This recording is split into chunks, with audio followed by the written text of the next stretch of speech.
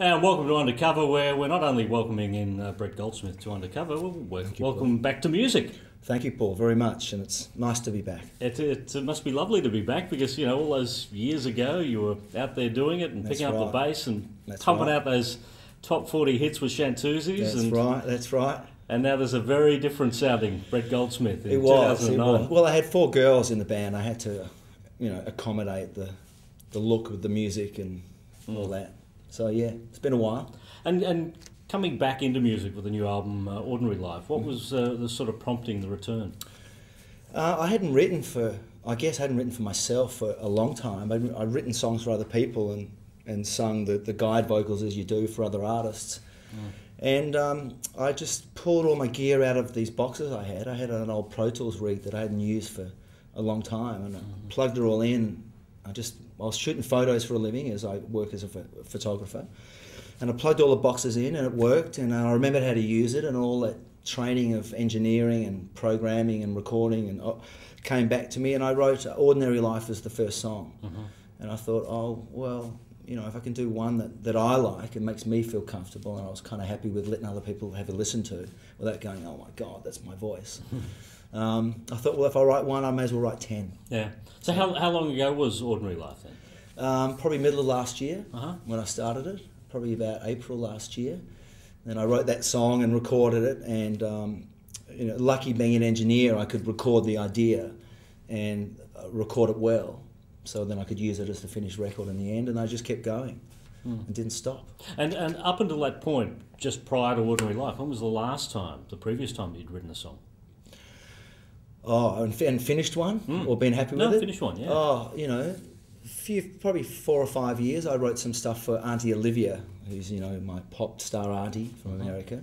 I'd written some songs for her, but, they were just pop songs. They were just things that I wasn't really putting myself into. I was writing for her voice, and being a mature artist, I had to write certain lyrics. So I don't really call that writing. That was writing for other people.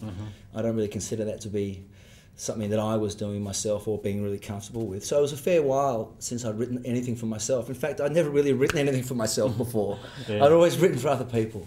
I guess, particularly with a song like Ordinary Life, which is a story unto itself, but obviously you had a lot of stories to tell for the album's songs to come out there quickly. Inferring that I was messed up and depressed. Well, just because it means you're writing a story doesn't mean it's about you. Well, clearly, that's exactly right. And I wish you'd tell everyone who listens to my record that. Yeah. They're not about me. Yeah. Well, but obviously there are certain subjects. There are, yeah. Of friends and past friends in the in the lyrics. Absolutely. Yeah. Well, one of the lyrics, "My junkie friend." Obviously, I would imagine that must have been both a difficult song to write, but also a song that you probably found necessary to write.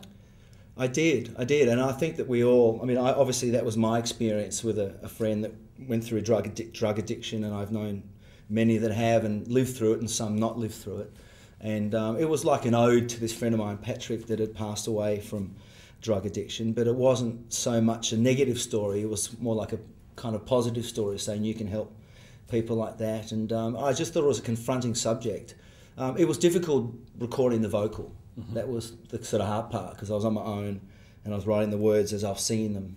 I actually don't even write the words down, I just sing them to tape. And then when I recorded a couple of verses, I sort of played it back and I got a bit choked up. Yeah. Was it a recent? That was probably late last year. Right? That was probably one of the last songs that I wrote. Oh right, so that was sort of one of those songs that sort of just wrote itself, I guess. Well, while you were in the process of it just sort of happened, and found a couple of chords, and then the subject sort of hit me, and I was my friend had passed away not probably 4 or 5 months before that, and he didn't have a funeral. And because he passed away in an area where no one could find him, and by the time we found out that he passed away, it was too late to have a funeral. So it was a really sad scenario, and I thought, well, I'll write a song for him, and I did. And it's meant to be a message to all people who have experienced those things, not just my story. Who prompted the divorce song? I've never been divorced, and unfortunately when I play that song live, I have to preempt to the audience that I've never been divorced, otherwise it would come across as I'm this tragic divorced dude, I was seeing a girl who had an 8-year-old child who's divorced, and the father lives in New South Wales and hardly saw the kid, and I remember getting a random email from the mother, but in the kid's words, saying she's really upset. Her dad never rings her, and and I thought, well, that's a great subject. And I just looked at this email, and out of that email, I got an idea from, I guess, a kid's perspective about divorce. Mm. I guess almost when you perform live, you have to put a disclaimer between just about every Clearly. song you do these days. Well, absolutely. Yeah. The last thing you want people to think is that you're like tragically depressed with all these lyrics, because I'm not. Yeah, but I mean, it's very much about real life, though, isn't it? This whole album. Yeah, I think so. Mm. I think that I'm not trying to change the world, just have a little say in it, really. Yeah. And if you can sort of touch someone in any way, shape or form, by any subject, I think your job's done as a writer. What about another track on the album that really stood out to me, Waiting for a Train? Is that, where did that one fit into the body of work? Look, most songs aren't about me, but that one, I guess, Waiting for a Train was something that I wasn't actually waiting for a train, literally, but it was just kind of like being alone and recording for that long period of time. You get a little bit sort of insular, and it was more about, I guess it was more about me than anything else. I don't really write songs about me, it's just about my experiences, which aren't about me, but about things you see or things that come past you in the night. Yeah, it's interesting, isn't it, coming back into, I guess, the 21st century when you've been away from the music industry for so long. And it's a very different music industry now that you're facing. Well, clearly it is. I'm just discovering that. And I have a wonderful manager, Paul Roger, sitting over there that deals with the music industry at large. But look, even when I was in it back in the day, when I was recording in those bands and playing, we weren't so much a part of it. We had record deals and we were touring, but we had managers and buffers between us and the industry. I still think it's still the same. I think you have to have good content, and you have to have a message, and you have to be able to speak the truth if that's what you're going to do about it, and try to have an effect on people. And you make your records the same way, and yes, the technology's different. You cut, copy and paste rather than overdub and play the whole 4 minutes. So everything, it's in the sense it's a lot easier for someone like me with the modern technology, because I can sit in the room and do it on my own.